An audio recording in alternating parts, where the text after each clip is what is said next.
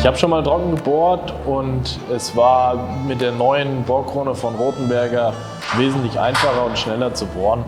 Man hat keinen Schmutz, der drumherum liegt, man braucht kein Wasser vor Ort, man kann schnell und einfach mal eben ein Loch bohren.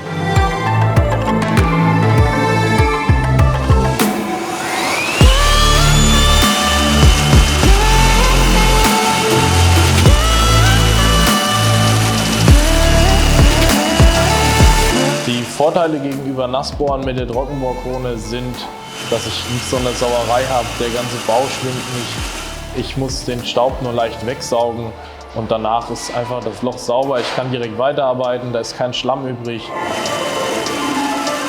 Die Schnittgeschwindigkeit war super. Ich kann jetzt nur den Vergleich ziehen aus meiner Erfahrung her, aber wirklich ein Top-Ergebnis damit erzielt. Auch das Bohren durch den armierten Stahlbeton war souverän. Das Loch ist sauber rund geworden und die Bohrkrone läuft immer noch wunderbar. Das Gesamtpaket in der Kombination passt wunderbar zusammen, es funktioniert und es ist einfach ein sauberes Arbeiten.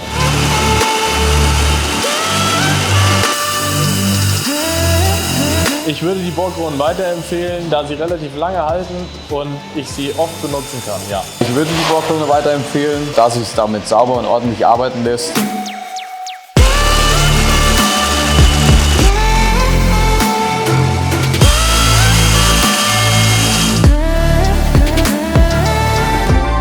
Es war ein wunderbares Bohren.